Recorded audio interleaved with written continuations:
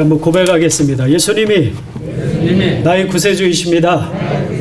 나의 치료자이십니다. 나의 능력이십니다. 예수님 덕분에 나는 구원받았고 영생을 소유했고 날마다 승리합니다. 승리했습니다. 응답 받았습니다. 아멘.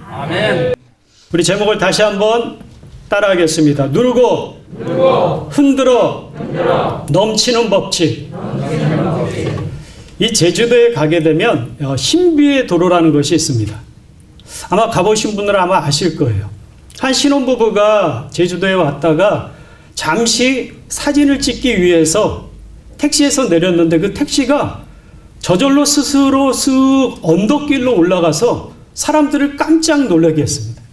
그래서 많은 사람들이 이게 무슨 물리적인 현상이 있다 여기서 연구원들이 조사한 결과 실은 그것이 착시 현상이었다고 합니다. 눈으로 보이기에는 언덕같이 보이는 그 올라가는 길이 실상은 경사가 3도 낮은 내리막길이었다고 합니다. 아무리 우리의 눈에는 정반대로 보일지라도 하나님께서 만드신 법칙과 하나님이 세우신 그 놀라운 계획과 뜻 안에서는 일정일의 변함이 없는 것을 우리가 이 착시 현상을 통해서 알게 됩니다. 눈으로 볼 때는 아무리 언덕일지라도 하나님의 법칙인 높은 곳에서 낮은 곳으로 내리라고 하는 그 법칙은 변함이 없다는 것입니다. 우주 만물은 전능하신 하나님께서 계획하신 법칙과 원리대로 지금도 운행하고 있습니다. 그런데 이것이 영적인 세계에서도 마찬가지입니다. 종종 제가 사역을 하다 보면 신앙 상담을 하러 왔다가 이런 질문을 합니다. 왜 제 기도는 응답이 늦을까요? 왜 제 기도는 열매를 맺지 못하고 왜 제가 기도하는데 나는 믿음으로 성장하지 않고 늘 그 모양 그 꼴일까요? 이렇게 질문하시는 분들이 계십니다. 왜 같이 기도하는데 왜 그들의 기도는 응답이 없고 또 마음속에 평안함이 없을까요? 왜냐하면 영적인 세계 안에서도 이 똑같은 눈에 보이지 않지만 하나님의 법칙이 있기 때문에 그렇습니다. 따라서 우리의 삶이 하나님의 법칙과 기도하는데 태산을 옮길 만한 권세와 능력을 받고 하나님의 역사가 일어나기 위해서는 하나님의 법칙을 따르며 살아가는 것, 그것이 필요하다는 것입니다. 그러므로 우리는 오늘 누르고 흔들어 넘치는 법칙을 보다 분명히 알 때 마음속에 하나님께서 이루시는 놀라운 축복을 보리라 믿습니다. 아멘. 첫 번째로 먼저 드리고 받는 법칙입니다. 하나님은 만물을 창조하신 다음에 그 풍성하고 아름다운 그 만물에 아담과 하와가 살기 전에 한 가지 법칙, 한 가지 조건을 그들에게 맺습니다. 창세기 2장 16절에서 17절입니다. 야훼 하나님이 그 사람에게 명하여 이르시되 동산의 각종 나무의 열매는 내가 임의로 먹되 선악을 알게 하는 나무의 열매는 먹지 말라. 내가 먹는 날에는 반드시 죽으리라 하시니라. 하나님께서 아담에게 주신 첫 번째 법칙은 먼저 드리고 받는 것이라는 것입니다. 하나님께서 하나님께 속한 동산 중앙에 선악을 알게 하는 나무는 그 과실은 하나님이 것이기에 아담은 그것을 바라보면서 보암직도 하고 먹음직도 하고 지혜롭게 할지라도 그것은 하나님께 드려지는 것이라는 확신 가운데서 살아갈 때 자신에게 주어진 다른 풍요로운 열매를 영원토록 누리면서 살아갈 수 있었던 것입니다. 그런데 하나님께서 먼저 드리는 이 법칙을 아담과 하와는 잊어버리고 있었습니다. 그 아담과 하와에게 마귀는 이렇게 접근을 합니다. 창세기 3장 5절입니다. 너희가 그것을 먹는 날에는 너희 눈이 밝아져 하나님과 같이 되어 선악을 알 줄 하나님이 아심이니라. 사탄은 하나님께 먼저 드리는 생활을 하지 말고 우선 너부터 채우라고 하와를 유혹하고 그 하와의 유혹에 빠짐에 아담까지도 그 유혹에 빠지게 된 것입니다. 저는 종종 사역을 하다 보면 이와 같은 내용을 많이 듣습니다. 하나님이 진정 살아계신다면 나를 축복해 주세요. 그러면 내가 복받고 나서 하나님을 예배하고 하나님 앞에 나가 드리겠습니다. 이렇게 먼저 받는 것만을 생각하는 이 사탄적인 원리는 하나님의 능력과 하나님의 기적을 일으킬 수 없다는 것입니다. 하나님께서는 먼저 누르고 흔드는 법칙을 통해 하나님 앞에 드리고 하나님 앞에 받는 그 법칙을 통해서 지금 이 시간에도 동일하게 축복의 길로 저와 여러분들을 인도하신다는 것입니다. 그렇다면 하나님은 왜 먼저 드리고 받는 것을 아담에게 가르치려고 했을까요? 받기만 하면 어떤 일이 있기에 그럴까요? 한 사나운 개가 한 마리 있었습니다. 이 개는 늘 다른 사람이 뭔가를 갖고 있으면 사납게 짖어서 그것을 빼앗습니다.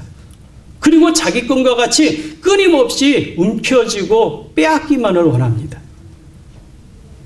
그러던 어느 날 아주 그냥 고깃덩어리가 크게 덜렁덜렁 붙어있는 뼈다귀 하나를 발견해서 그것을 입에 물고는 신이 나게 집으로 돌아오고 있었어요. 개천을 막 지나고 있는데 개천 물에 비춰진 모양을 보니까 자기보다 더 큰 개가 자기가 물고 있는 뼈다귀보다 더 큰 뼈다귀를 물고는 자기를 쳐다보고 있는 겁니다. 옳다쿠니 이것도 뺏어야 되겠다 그러고 왕왕왕 짖을 때 입에 있던 그 뼈다귀가 물속으로 펑 하고 빠져버리는 겁니다. 우리가 익히 알고 있는 우화입니다. 우리가 끊임없이 받기만 한다면 내가 가지고 있는 것을 잃어버릴 수 있다는 것을 이야기하는 것입니다. 아담과 어느 사탄의 말을 듣고는 먼저 드리고 받는 법칙을 잃어버리고 그들이 내던져버리고 받기만을 구했을 때 그들은 자신들이 가지고 있던 그 풍요로움과 아름다움을 다 잃어버리게 됩니다. 에덴 동산을 잃어버릴 뿐만 아니라 그들의 생명, 그들의 장래 미래까지도 다 잊어버리고 나는 안타까운 삶을 살아가게 되었습니다. 여기서 우리가 알 수 있는 것이 있습니다. 오늘도 수많은 사람들이 주님 앞에 나와 주여 주여 주여 달라 달라 달라라고 끊임없이 기도할 때 그것이 열매 맺지 않고 그것이 내 것이 되지 않는 이유는 바로 하나님께서 약속하신 힘고 거느는 법칙을 멀리하고 끊임없이 받기만을 원하기 때문에 그렇다는 것입니다. 마태복음 7장 21절입니다. 나더러 주여 주여 하는 자마다 다 천국에 들어갈 것이 아니요 다만 하늘에 계신 아버지의 뜻대로 행하는 자야 들어가리라. 바로 하나님의 뜻을 알고 하나님의 뜻대로 살아갈 때 이 땅에서도 우리는 심령의 천국에 들어갈 수 있는 것이고 이 땅에서 하나님이 맛보게 하실 영원한 천국을 이 땅에서 우리가 맛보게 되는 것입니다. 따라서 오중복음, 우리가 중생의 복음, 성령 충만의 복음, 신유의 복음, 이 축복의 복음에 머무르는 것이 아니라 예수 그리스도의 다시 오심을 준비하면서 천국을 미리 맛본 이 땅에서의 축복을 가지고 주님을 기대하며 준비하며 나가는 삶. 그것이 바로 오중복음의 완전한 완성으로 이야기할 수 있는 것입니다. 하나님이 우리에게 보이신 법칙은 이처럼 단순합니다. 기도 응답이나 또한 믿음의 역사가 일어나는 것은 아주 단순합니다. 그런데도 사람들이 끊임없이 하나님 앞에 먼저 드리지 못하는 삶이 되는 것은 하나님에 대한 믿음과 하나님에 대한 법칙을 잘 알지 못하기 때문에 그렇습니다. 이 변증법자로 유명한 신학자인 이 C.S. 루이스라는 분이 계십니다. 그분이 쓴 책에 이 스크루테이프의 편지라는 것이 있어요. 뭐냐면 사탄의 우두머리인 스크루테이프가 조카인 워무드에게 기독교인을 망가뜨리는 방법을 편지로서 하나하나 알려주는 겁니다. 그 내용 가운데 이런 내용이 있습니다. 여하튼 행동으로 옮기는 것만 아니면 무슨 짓이라도 하게 두어라. 상상과 감정이 아무리 경건해도 의지와 연결되지 않는 한 해로울 것이 없다. 바로 기독교인들이 상상을 하고 감정을 느끼고 아무리 그렇게 풍성하게 이루어질지라도 의지가 없으면 그것은 원수 마귀한테 전혀 해가 되지 않는다고 이야기하는 것입니다. 끊임없이 생각만 하고 행동하지 않으면 어느 순간에 행동하는 것 자체도 잃어버리는 삶이 된다는 것입니다. 아담과 하와는 드리고 받는 법칙을 이해하지 못하고 받기만 하려다가 있는 것조차 다 빼앗겨 버렸습니다. 그들은 에덴 동산에서 쫓겨나게 되고 이제는 가시와 엉겅퀴가 가득 차는 그와 같은 처절한 아픔의 상황이 이 땅 가운데 들어오게 된 것입니다. 아담은 이렇게 실패했을지라도 우리 사랑스러운 우리 성도님들은 하나님 앞에 드리고 받고 나가는 믿음의 삶이 되시기를 주님의 이름으로 축복합니다. 아멘. 두 번째는 흔들어 넘치는 복은 힘고 거두는 법칙입니다. 하나님은 우리 인생을 구원하실 때 하려고만 했으면 말씀 한마디로서 우리를 구원하셨습니다. 계시록 20장 7절에서 10절입니다. 천년이 참에 사탄이 그 옥에서 놓여 나와서 땅의 사방 백성 곧 곡과 마곡을 미혹하고 모아 싸움을 붙이리니 그 수가 바다의 모래 같으리라. 그들이 지면에 널리 퍼져 성도들의 진과 사랑하시는 성을 두름에 하늘에서 불이 내려와 그들을 태워버리고 또 그들을 미혹하는 마귀가 불과 유황 못에 던져지니 거기는 그 짐승과 거짓 선지자도 있어 세세토록 밤낮 괴로움을 받으리라. 하나님 말씀 한마디면 하늘에서 불이 내려와 수많은 바다의 모래알같이 많은 대적들조차도 한 번에 단순간에 멸한다는 것입니다. 우리 한 사람 한 사람을 구원하는 것이 아니라 하나님 말씀 한마디면 온 인류를 구원하는 것, 그것이 하나님의 능력이라는 것입니다. 이것을 믿으시기 바랍니다. 그런데 하나님은 왜 끊임없이 우리에게 심고 거두는 법칙을 이야기하고 계실까요? 하나님께서는 우리가 이 땅을 살아가 주님이 다시 오는 그날까지 기도의 능력과 세상을 움직일 수 있는 태산을 움직이는 권세를 가지고 이 땅 가운데 살아가기를 원하셨기 때문에 그렇습니다. 그래서 우리에게 지금도 예수 그리스도를 통하여 심고 거두는 법칙을 명확하게 알려주고 계신 것입니다. 아마 자녀를 둔 부모님들은 아실 거예요. 초등학교에 들어간 자녀가 한글을 배우는데 부모님이 옆에서 보니까 너무 형편없는 거예요. 그래서 그 한글을 부모님이 다 써준다면 그 아이는 숙제는 했을지언정 한글에 대해서는 바보가 될 수밖에 없는 것입니다. 하나님이 이 땅 가운데 우리와 함께 나가는 것은 하나님께서 철저하리만큼 구원의 은혜와 하나님이 누르고 흔들어 넘치는 축복을 우리에게 하나하나 가리키면서 함께 살아가길 원하시기에 오로도 하나님은 하나하나 가리키면서 우리들과 함께하고 계시는 것입니다. 따라서 지금 심어야 거둘 수가 있다는 것입니다. 저는 이 심고 거두는 것을 보게 되면 제가 사회에 있을 때가 가끔은 생각이 납니다. 그 날짜는 잃어버리지 않습니다. 6월 29일. 아마 아시는 분은 아실 거예요. 1995년 6월 29일. 아마 상품백화점이 무너졌다. 저는 직장에 들어가서 어떤 일을 했냐면 나라 정부에서 큰 공사를 발주하면 그것을 갖다 다른 회사들과 경쟁을 해서 입찰을 받는 일을 했습니다. 그때 하고 있었던 일이 뭐냐면 3번에서 올라가는 그 수리터널과 안양 동교에 대한 부분. 한 27년 전에 그 당시 약 1200억 되는 공사를 갖다가 준비하고 있었어요. 설계까지 함께 진행을 해야 되는 거였습니다. 그런데 마지막에 저희 오너께서 내리신 오다를 보고 저희들은 다 미친 하다가 멈췄어요. 그 1200억 가까이 되는 공사를 629억에 하라는 것입니다. 629억이 어떻게 나왔냐? 6월 29일이기 때문에 629억이 나왔어요. 저희들은 당황했지만 오너께서 얘기하시기를 이 공사는 반드시 해야 되기 때문에 우리가 손해가 될지라도 심어야 된다. 심고 나서 차근차근 하나하나 또다시 개선 방법을 찾아보자고 하는 그 지시에 저희들은 수긍할 수 없었지만 그 모든 것을 이해하면서 나왔어요.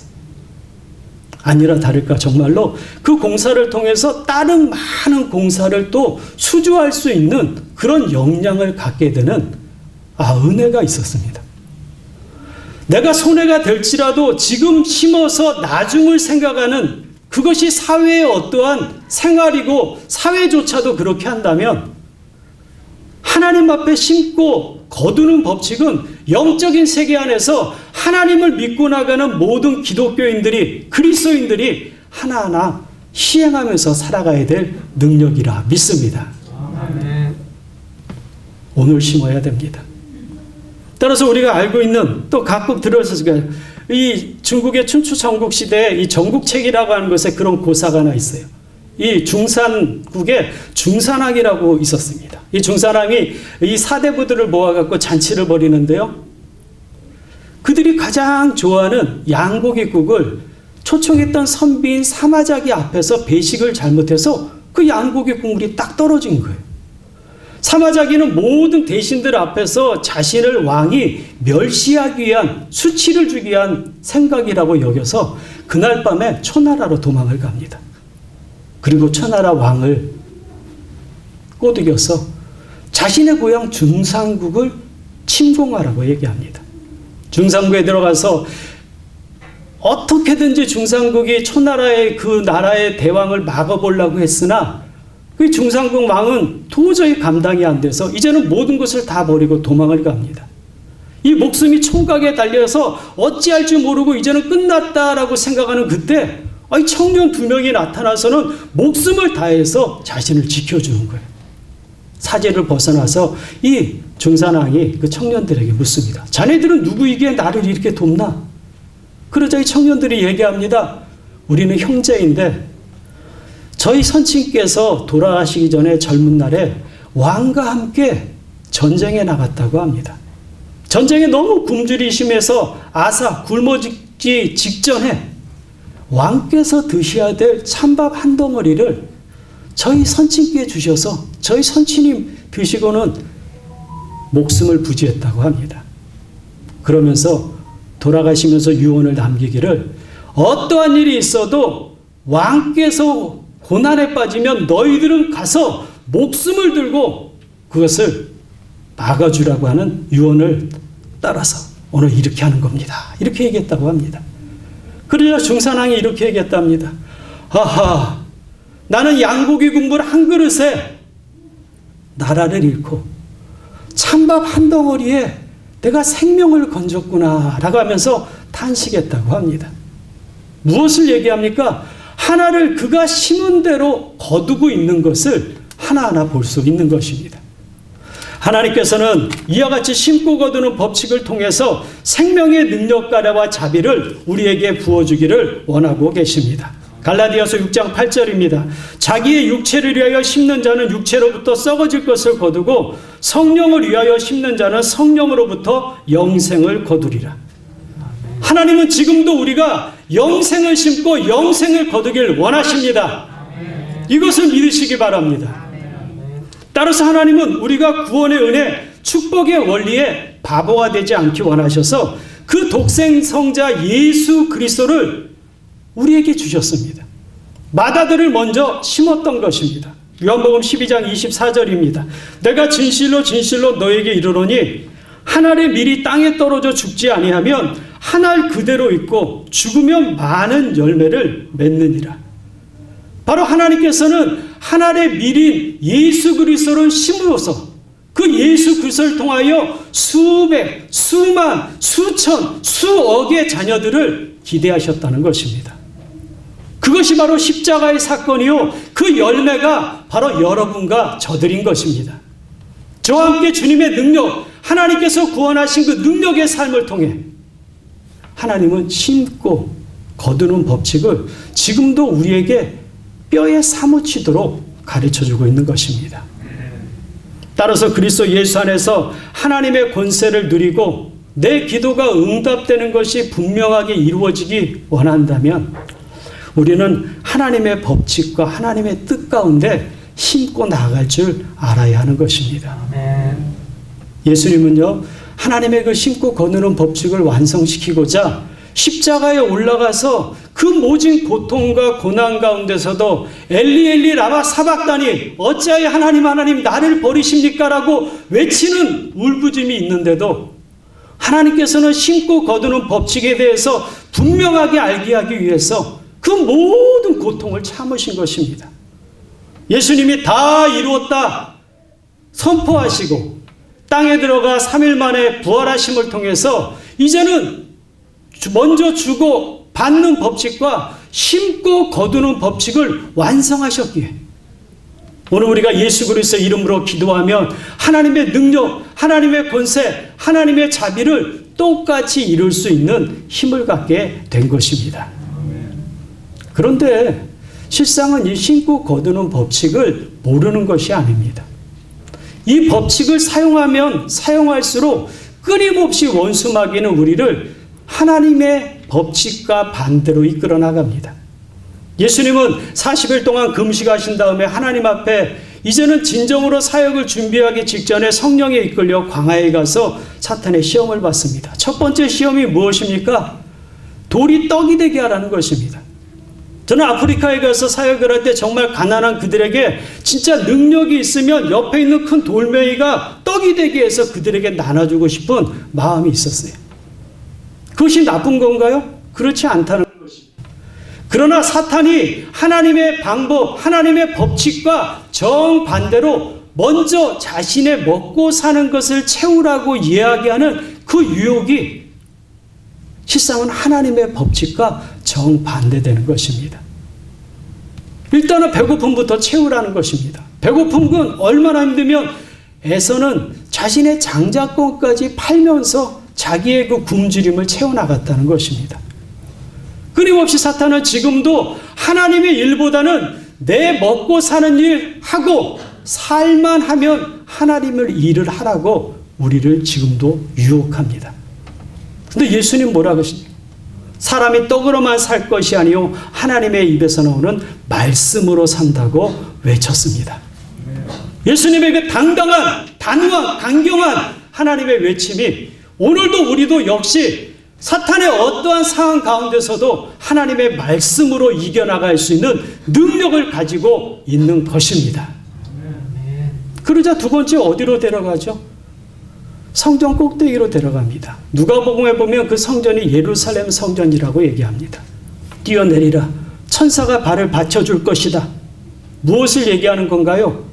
바로 성전은 어떠한 기능이냐? 전능하신 하나님만을 예비하는 자리를 자신의 사욕을 채우기 위해서 기사와 이적을 나타내서 그 영광을 보라고 하는 그와 같은 유혹입니다.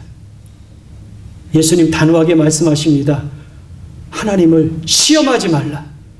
끊임없이 시험하는 원수마귀에게 우리도 외쳐야 될 것은 하나님을 시험하지 말라. 하나님을 시험하지 말라. 하나님은 반드시 심고 거두는 법칙을 통해서 우리에게 영광을 나타내 주실 것이다.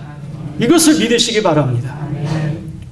그러자 이제 사탄은 마지막으로 천하 만국을 높은 산에 올라가 보여주면서 자신에게 경배하면 이 모든 것을 다 넘겨주겠다는 것입니다. 아담과 하와에게 자신이 속여서 넘겨받은 것을 자신을 경배하면 이제는 넘겨주겠다고 하는 것입니다. 자신의 사리사욕을 위해서 내가 경배해야 될 대상을 바꾸어 나가라는 것입니다. 그러나 예수님 당당하게 얘기하십니다.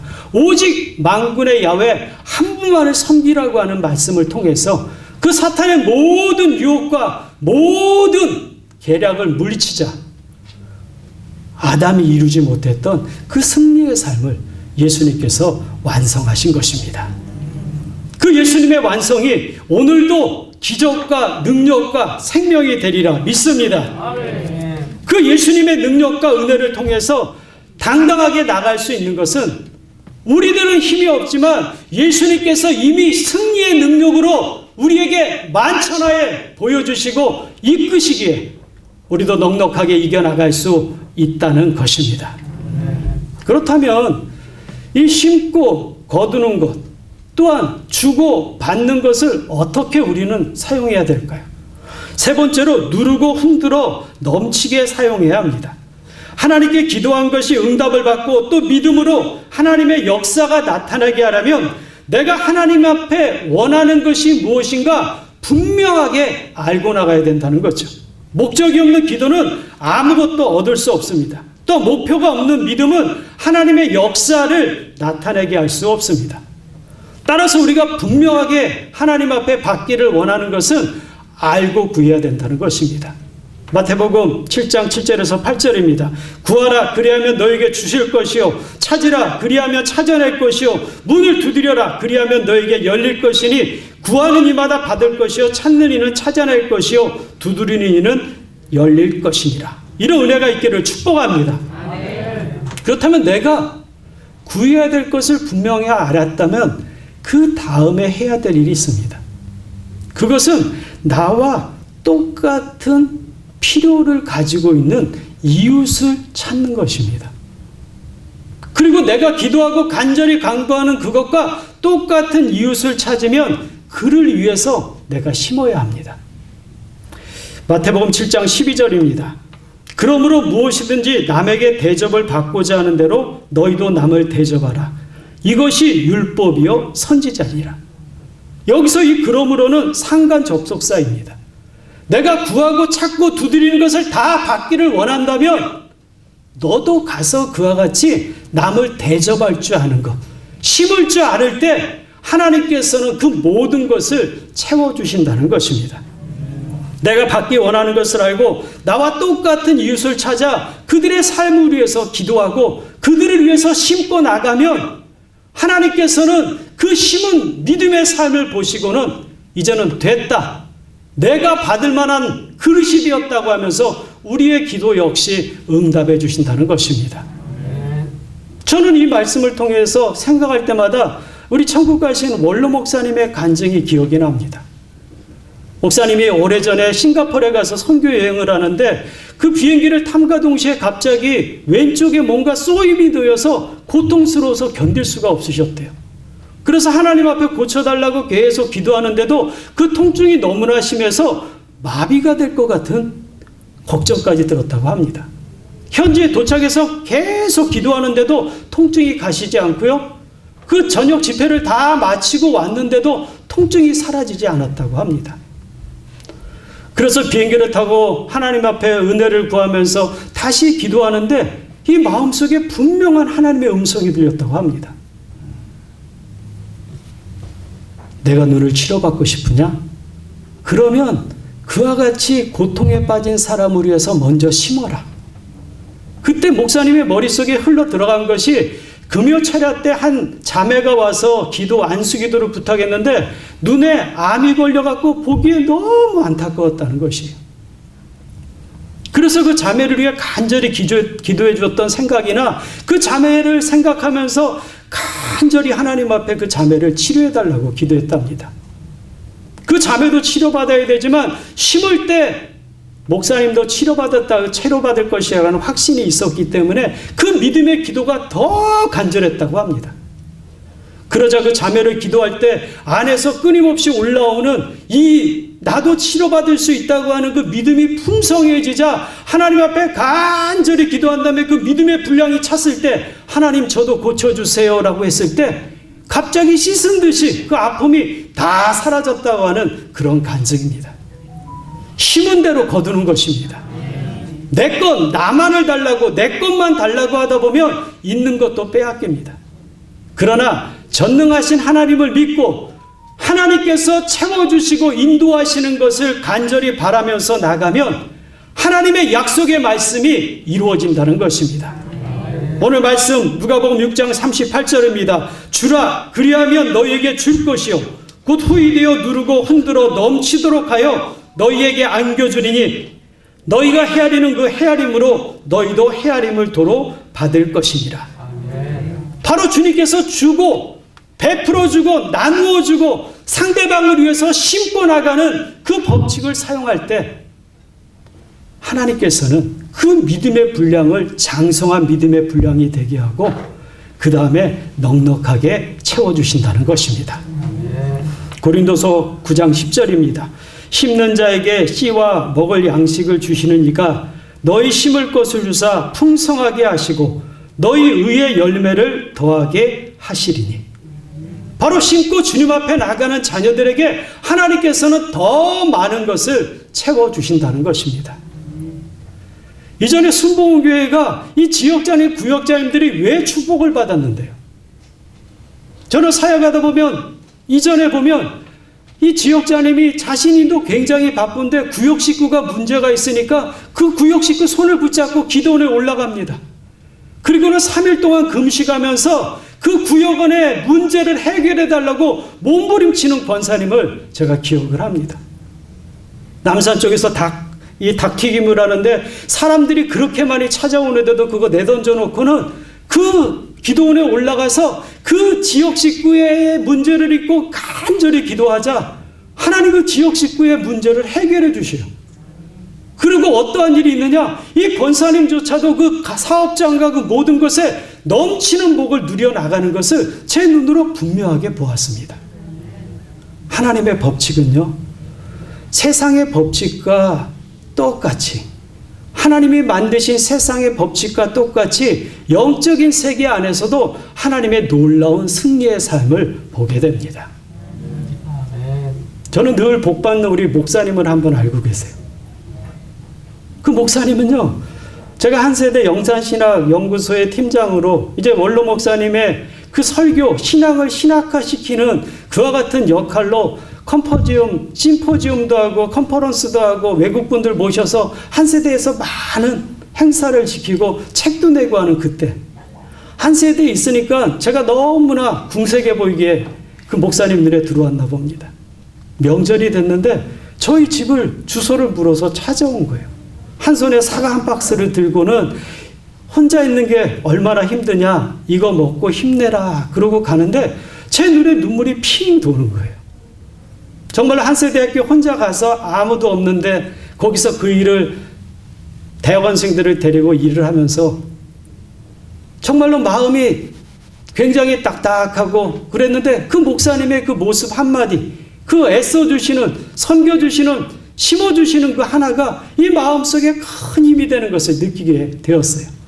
그리고 가만히 보니까 그 목사님 하나 하는 거에 날마다 하나님께서 공급해 주시는 것을 제가 눈으로 보게 됩니다. 단지 사과 하나 받았다고 제가 이렇게 말씀드린 것이 아니라 하나님의 법칙은 심을 때 하나님이 거두게끔 해주신다는 것입니다.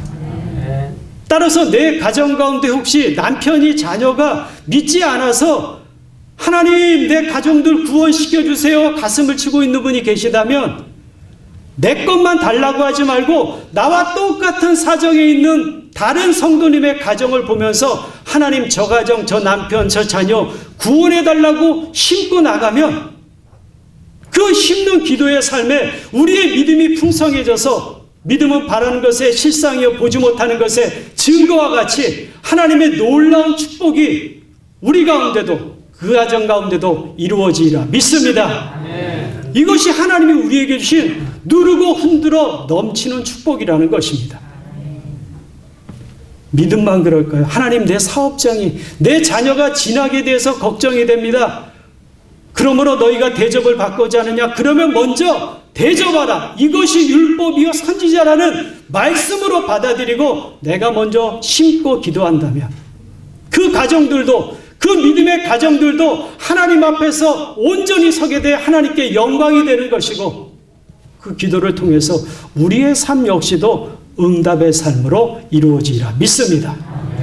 그렇다면 어떻게 심어야 될까요? 많이 심어야 합니다. 고린도서 9장 6절입니다. 이것이 곧 적게 심는 자는 적게 거두고 많이 심는 자는 많이 거둔다는 말이니라.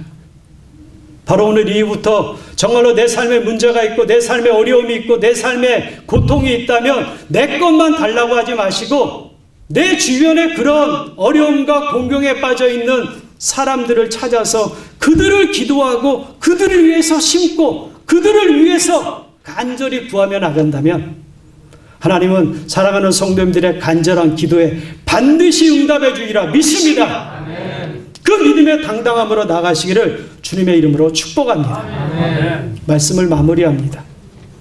한 거지가 있었습니다. 이 거지가 한 집에 쓰레기통을 뒤지자 그 주인이 나와서 이야기합니다. 그거 먹으면 안 돼요. 그거 먹으면 병 걸려요. 그거 먹으면 다쳐요. 안 됩니다. 그러고 그 거지를 쫓아냈어요. 그런데 한 지나가는 사람이 그 광경을 보고는요, 그 거지를 데려다가 씻기고 입히고 한상 건하게 차려서 그 거지가 그것을 다 먹게끔 합니다. 하나님이 우리에게 주신 복은 바로 이와 같은 것입니다. 안 돼요. 잘못했어요. 못합니다. 그렇게 하면 안 돼요. 질타하고 내쫓는 것이 아니라 모났어도 부족할지라도 찢기시고 입히시고 그리고는 한상 건하게 차려주면서 마음껏 먹으라고 이야기하는 것, 그것이 바로 하나님이 우리에게 예수 그리스도를 이 땅에 보내주신 목적이요 뜻이라는 것입니다. 이것을 믿으시기 바랍니다. 그래서 오늘도 말씀하십니다. 주라, 그러면 너희에게 줄 것이니 곧 후이되어 누르고 흔들어 넘치도록 하여 너희에게 안겨주리라. 기독교는 축복의 신앙입니다. 내 삶이 어려우면 언제든지 하나님 앞에 나와 하나님 도와달라고, 내 문제 해결해달라고 주님 앞에 간절히 기도하는 축복의 신앙이 바로 기독교인 것입니다.